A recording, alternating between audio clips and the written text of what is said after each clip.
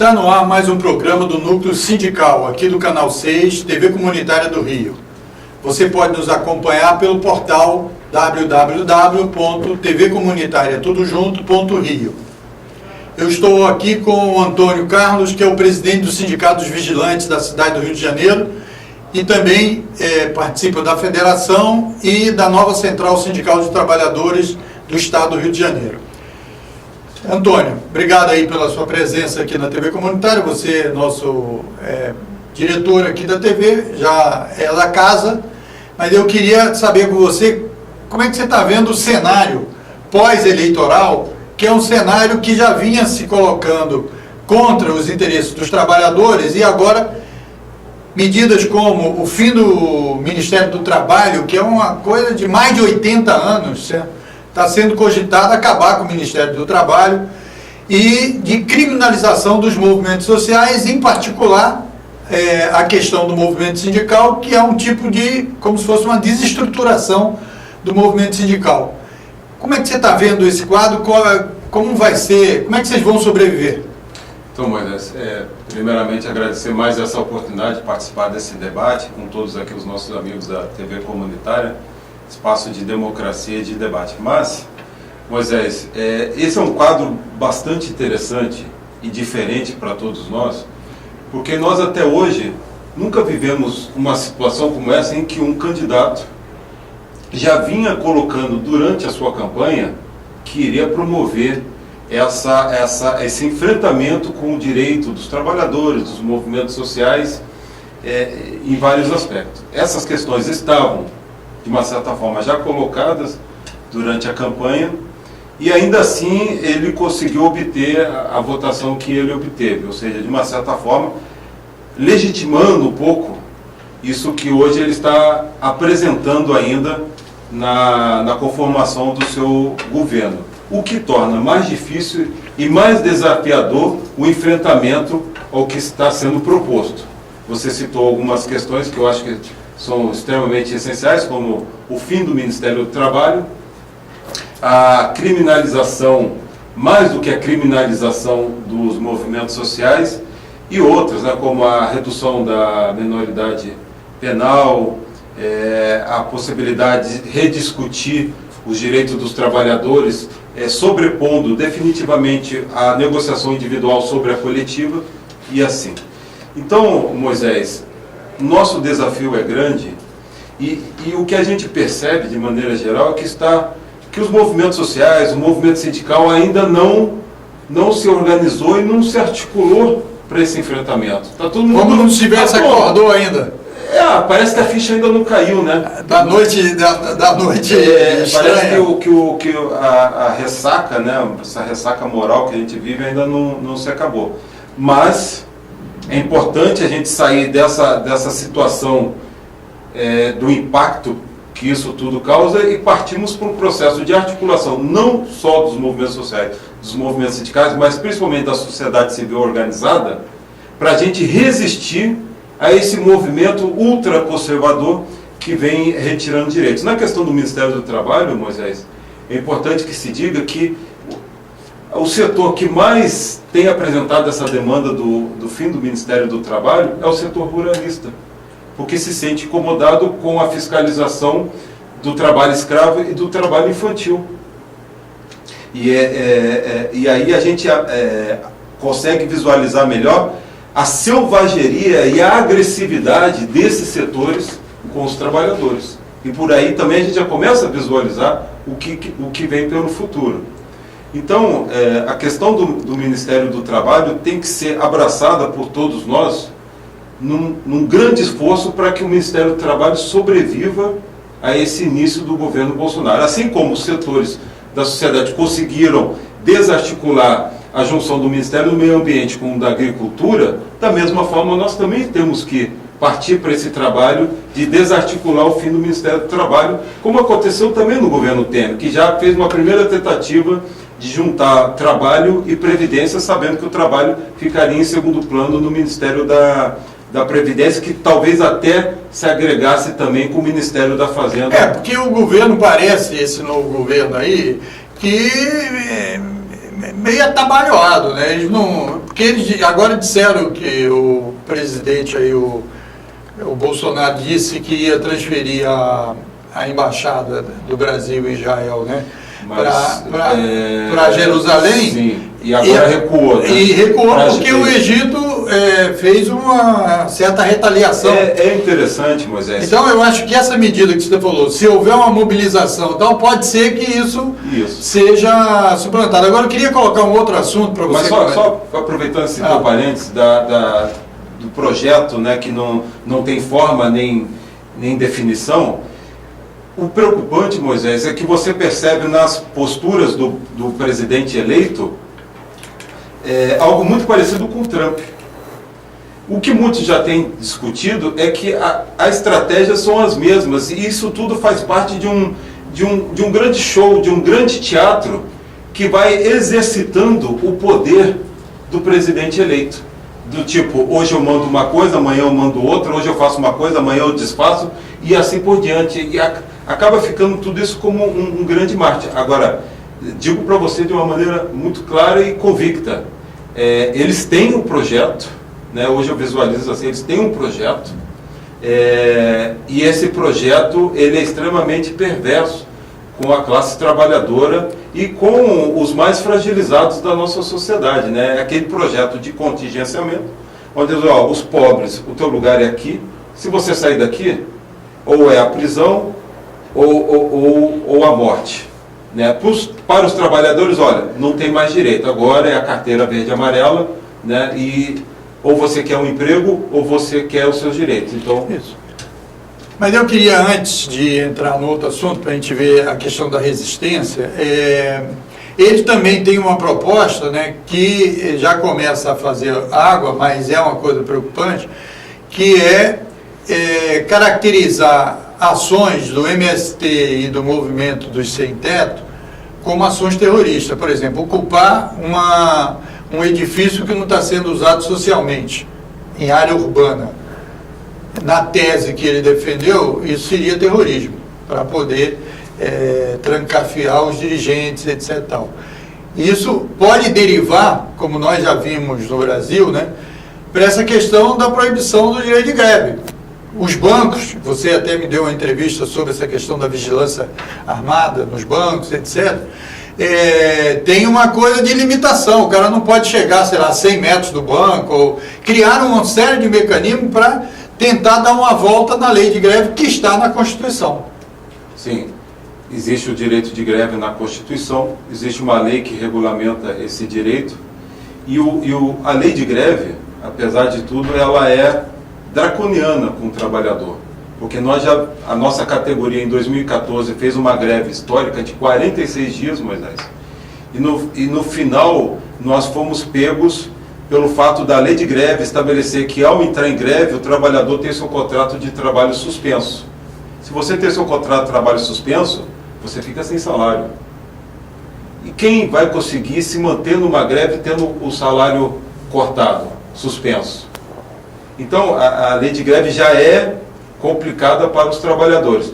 Mas na questão que você falou sobre o direito de greve e a criminalização como um ato de terrorismo, a gente já vinha tendo demonstrações, mesmo por parte do nosso judiciário, desse processo em relação aos trabalhadores, como foi o caso do Supremo, quando impediu, na verdade acabou impedindo a possibilidade de greve de policiais, de categorias consideradas categorias essenciais do serviço público. Ou seja, ainda que sejam policiais, ainda que sejam categorias essenciais do serviço público, eles não podem ter retirado o direito de greve. Mas o Supremo apontou nesse sentido, assim como várias outras questões, o Supremo vem apontando sempre para um campo conservador, aponta agora da Carmen Lúcia, que era presidente do Supremo, até ela ter se demonstrado preocupado com essa onda conservadora que hoje nós estamos vivendo. Mas enfim... Eles alimentaram, depois...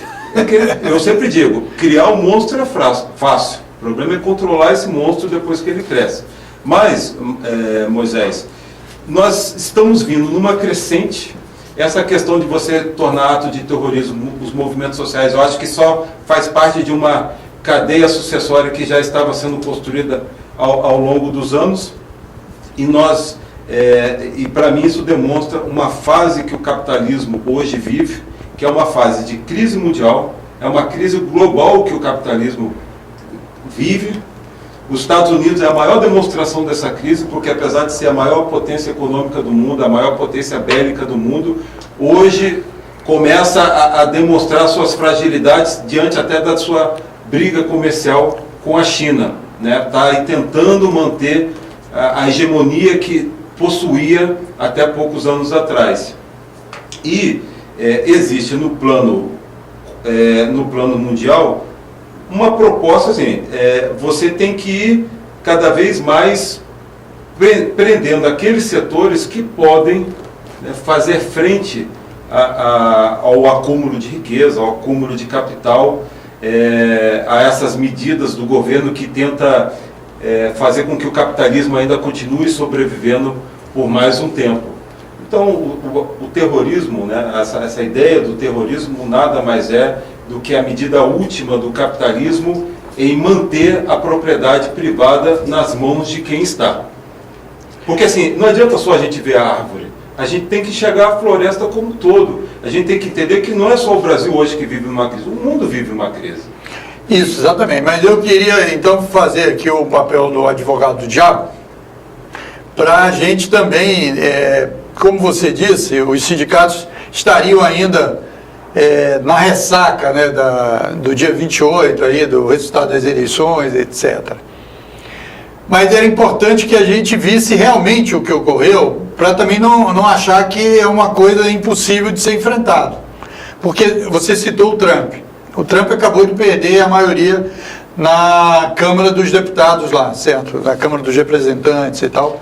E ele ampliou um pouquinho a presença no Senado. Mas, como duas câmaras, né, são dois parlamentos, tem que passar pelos dois. Então, ele não tendo a Câmara, era melhor a situação anterior, que ele tinha a maioria de um voto na Câmara, não, mais votos na Câmara, tinha um voto no Senado a mais, então, do que perder uma Câmara, porque uma Câmara pode impedi-lo e preparar uma possível transição de volta para os democratas e tal.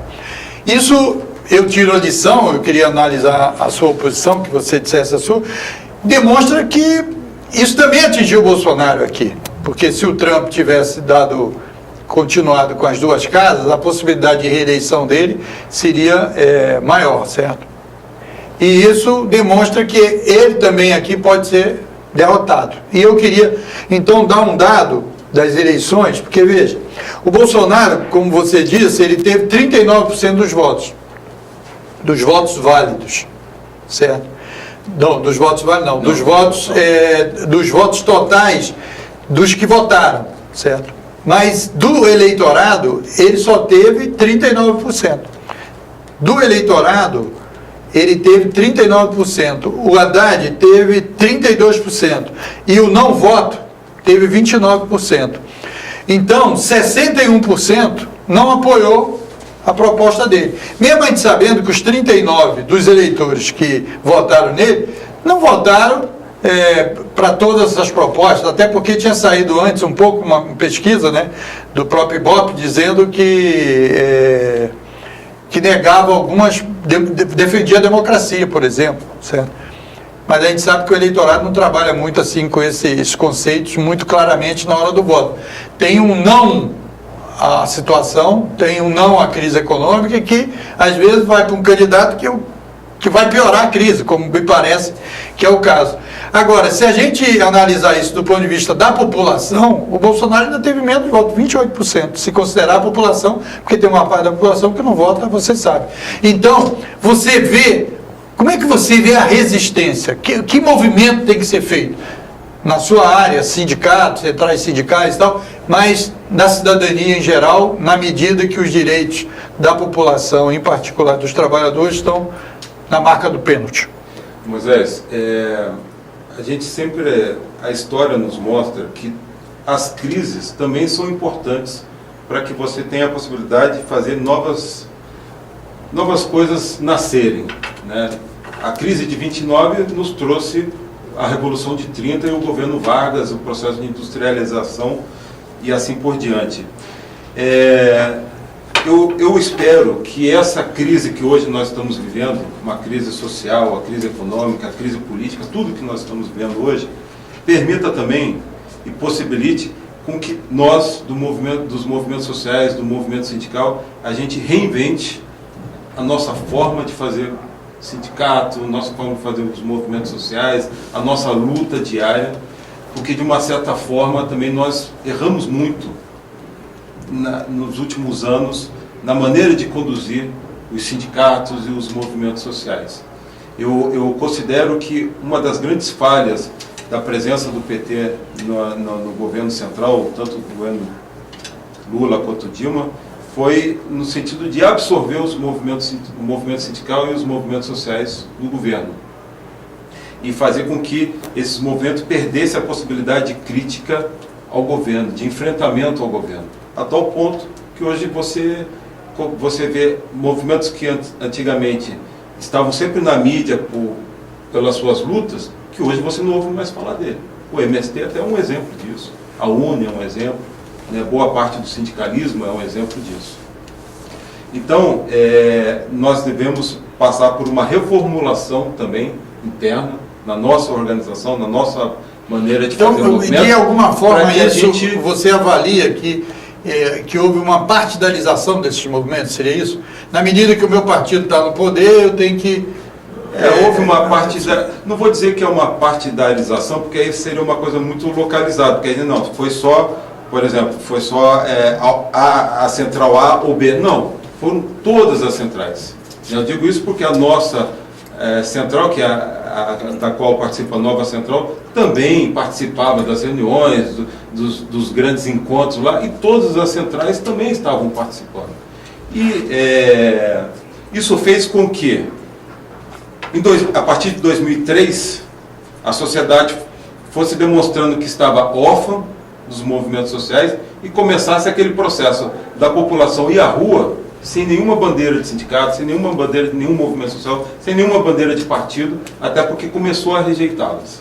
Começou a rejeitar essas bandeiras e nós viemos num movimento conservador crescente até desaguar nessas eleições agora de 2018. E o mesmo fenômeno, Moisés, aconteceu na Argentina, quando o governo Fernando de la Rúa foi absorvendo também os movimentos sociais e acabou que no panelaço argentino, né, que derrubou o Fernando de la Rúa, quando ele saiu de helicóptero lá da Casa Rosada, né, o grito da população na rua era o seguinte, que se vão todos, porque eles não queriam também partido, movimento social, ninguém junto, porque estavam todos com o governo. Eu considero o seguinte, Moisés, nós estamos em 2018, o ano passado nós comemoramos os 100 anos da greve geral de 1917, que foi uma grande paralisação do Brasil todo, os trabalhadores, quando ainda não tinham sindicatos, os sindicatos eram ainda embriões, né, de uma organização sindical, e mesmo assim os trabalhadores começaram ali uma grande caminhada pela conquista de direitos, mesmo não tendo a organização sindical que teve a partir do governo de Getúlio Vargas. Então, eu acho que nós vamos conseguir nos reorganizar, discutir com os trabalhadores, discutir com determinados setores da sociedade o que está se colocando e certamente, né, vai nascer algo novo disso tudo. Porque a resistência, Moisés, ela vai ter que ocorrer mesmo que não tenha essas entidades à frente. Porque vai ser um massacre sobre o trabalhador. Você pegar um trabalhador... que a resistência é uma coisa objetiva pela necessidade concreta que as pessoas a crise vai aumentar, o desemprego vai aumentar e as pessoas vão reagir porque é uma reação que tem que existir, natural e tal, você está dizendo. Independente de quem esteja dirigindo ou que não tenha ninguém dirigindo, seria uma coisa mais espontânea e tal. Mas não é preocupante isso? Não, é espontâneo, mas aí que eu falo, nós vamos ter que, por exemplo, como vão ficar as centrais sindicais agora? Será que as centrais sindicais continuarão sendo o modelo de organização das entidades sindicais de base? Ou será que nós vamos ter que reorganizar isso diante desse quadro? Porque nem as centrais sabem como vão fazer a partir de agora? Então aí vocês têm que responder a isso. Não, vocês são dirigentes, têm que... Esse é um questionamento. Se ninguém propuser nada, todos os dias. vai ficar do jeito que está. Esse é um questionamento que nós temos que nos fazer todos os dias, Moisés. Todos os dias a gente tem que pensar com a cabeça do trabalhador o que ele está pensando, para que a gente possa oferecer um caminho de luta e de resistência a tudo isso. Porque você falou nessa resposta, por exemplo, que o pessoal aí passou a aumentar o movimento social meio conservador e tal, a partir de um determinado tempo, e que aí não queria saber de partido, de organização nenhuma e tal. Agora, sem organização e sem partido, vamos para uma época que já houve no Líbano, né? Quer dizer, cada um se organizava com a sua organização armada, etc. E ia para um troço que acabou depois, se conseguiu voltar a sentar todo mundo e criar algum mecanismo. Porque se não tiver partido, vai ser o quê? Porra, então tem que encontrar Você veja como uma tarefa é difícil. Exatamente. Nas eleições do primeiro turno, Moisés, a gente viu uma sabotagem interna interna dentro dos partidos de esquerda, as candidaturas de oposição. Era o PT tentando impedir o PDT, porque o PSB, e assim por diante. Era um partido de esquerda sabotando o outro. Enquanto que, do outro lado, a direita crescia abraçadas. Então, a gente percebe hoje o seguinte: se for para daqui 4 anos ter de novo esse mesmo quadro do PT tentando galvanizar e de aglutinar a oposição, de ser a voz hegemônica da oposição ao governo Bolsonaro, se a gente não enxergar uma mudança nisso, nós vamos chegar ao mesmo destino. Uma nova derrota diante do conservadorismo. O que está aí sendo dito é a formação de uma frente democrática. Tem uma articulação PDT, Ciro, PC do B e PSB, e tem uma articulação via PT, PSOL e outros grupos, etc. Pode ser que no primeiro momento saiam 2 frentes, uma frente democrática 1, uma frente democrática 2, ou o nome que surja. Agora, a eleição não é daqui a 4 anos, daqui a 4 anos é eleição presidencial, mas tem uma eleição daqui a 2 anos, para a prefeitura, para vereadores, etc. Porque o processo do calendário eleitoral, ele segue a sua dinâmica, independente dessa realidade. Sim. Nós estamos encerrando aqui a nossa entrevista. Eu queria agradecer a sua presença, Antônio, mas eu queria ainda te dar aí alguns minutos para você fazer uma avaliação, quer dizer, um fechamento aí e falar diretamente aí para os trabalhadores, para a sociedade e tal. Como é que vai sair dessa situação? Porque existe uma certa perplexidade que você registrou aqui, e existe uma dificuldade que você também registrou, que não é fácil sair desse imbróglio e tal. Nós estamos muito perto também do que ocorreu, isso também não dá para tirar soluções imediatas e tal, isso é uma coisa que precisa de reflexão, mas você conclui então o seu raciocínio aí falando diretamente aí para o povo. Eu considero o seguinte, Moisés, que nesse momento nós, do movimento sindical, nós temos que rediscutir os nossos parâmetros, temos que passar por um processo de democratização das entidades, nós temos que passar por um processo também de reaglutinação dessas entidades, porque houve uma pulverização muito grande das entidades sindicais nos últimos anos, devido a uma série de questões. Nós temos que reaglutinar para que a gente possa fortalecer as diferentes categorias profissionais e a gente possa, através desse novo diálogo, dessa nova linguagem, dessa nova forma de fazer o sindicalismo, trazer o trabalhador a essa luta em defesa dos seus próprios direitos, para que a gente não caia num mar de precarização que impeça daqui a pouco da gente conseguir organizar categorias de trabalhadores, que impeça a gente de organizar sindicatos, porque a precarização ela é tão grande, né, através de vários instrumentos, em especial através da terceirização, que daqui a pouco nós vamos ter a classe trabalhadora quase na sua totalidade terceirizada, sem a possibilidade de você organizar categorias, e com isso você pulverizando cada vez mais a luta, né, em sindicatos pouco representativos, que não têm capacidade de enfrentamento com o capital. Então a gente precisa reunir os sindicatos para que a gente possa fazer esse debate, né, perdendo essa mania que a esquerda tem de muitas vezes querer manter a hegemonia em detrimento do interesse da própria classe trabalhadora, a gente possa rediscutir para como a gente possa encontrar caminhos de fazer esse enfrentamento, né, de acreditar que os sindicatos vão sobreviver, né, que a organização dos trabalhadores vai sobreviver e vai fazer frente a isso, né, porque já enfrentamos crises piores, né, já enfrentamos momentos piores e conseguimos fazer o enfrentamento e conseguimos manter os direitos dos trabalhadores.